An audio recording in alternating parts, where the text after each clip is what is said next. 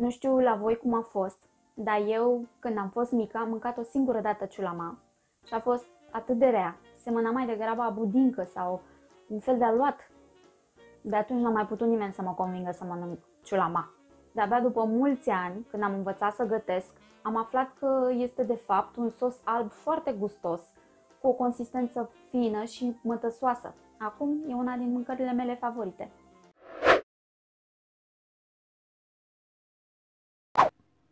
Ingrediente: 5-6 bucăți de pui de țară sau pui crescut lent din comerț, o rădăcină de pătrunjel de mărime medie, un morcov tot de mărime medie, o ceapă nu foarte mare, sare, aproximativ 2 lingurițe rase sau după gust, 75 de grame de unt gras, 75 de grame de făină, 500 de ml de lapte, poate fi gras sau degresat, și pătrunjel verde tocat pentru servit.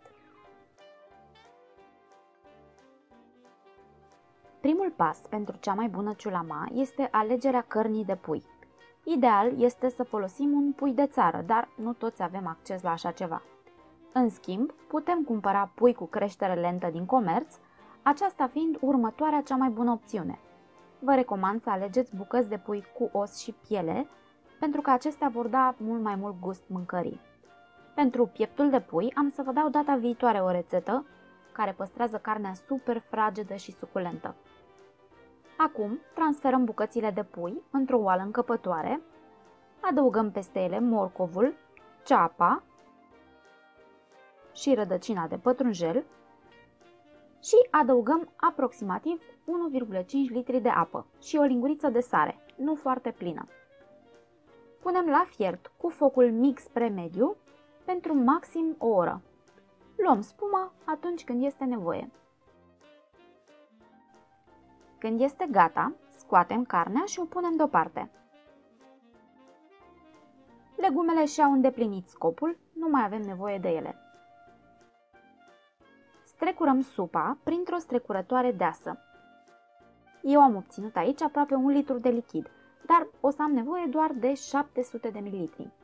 Grăsimea de pui este foarte importantă pentru acest preparat, dar am obținut un pic cam multă, așa că mai subțiez acest strat. Restul de supă rămasă o voi pune în congelator și o voi folosi la alt preparat. Pentru continuarea rețetei, vă recomand cu căldură să alegeți un vas încăpător cu un înveliș antilipire, va fi de mare ajutor. Punem acest vas pe foc mic, foarte important să avem focul mic, și topim untul în el. Untul are și o fracție de apă. Bulele acestea pe care le vedeți la suprafață reprezintă apa care fierbe. Până când nu se evaporă toată apa și rămâne doar grăsimea, până atunci nimic nu se poate prăji aici. De aceea adăugăm făina când untul are încă apă în el, pentru că așa suntem siguri că nu o prăjim. Imediat ce făina s-a amestecat cu untul, adăugăm lapte, puțin câte puțin. Amestecăm constant până ce laptele este absorbit complet de făină, apoi adăugăm altă porție. De fiecare dată amestecăm bine până când făina devine o pastă consistentă și omogenă, fără cocoloașe.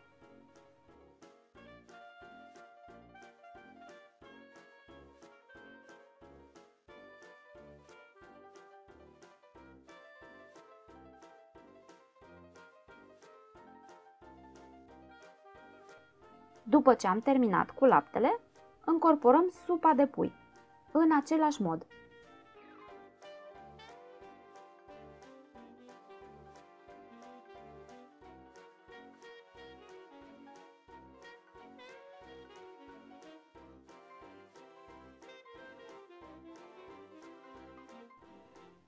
Sosul alb devine din ce în ce mai subțire, fin și mătăsos. Așa arată consistența sosului la final. Nu trebuie să fie mai gros, pentru că el trebuie să mai fiarbă un pic și cu carnea, iar când se răcește, se va îngroșa și mai mult. Punem sare. După gustul meu, eu mai adaug cam o linguriță rasă. Nu mai pun niciun alt condiment la ciulama, Mi se pare perfect așa. Cine dorește mai poate adăuga și puțin piper alb sau puțină nucșoară. Adăugăm carnea de pui și mai lăsăm să fiarbă împreună 5 minute, amestecând ușor. Ați observat, cred, că nu am folosit smântână. Eu nu o folosesc la ciulama. Aici grăsimea din smântână este înlocuită cu grăsimea din supa de pui. Și asta este tot, dragilor. Serviți o bucată de carne la porție, acoperită din belșug, cu sos alb fin și gustos. Presărați deasupra pătrunjel verde tocat. Pentru cine este amator, se pot adăuga și câteva feliuțe subțiri de ardei iute roșu.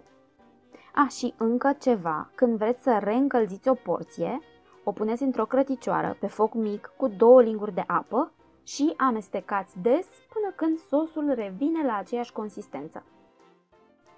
Să aveți poftă, dragilor! Numai bine!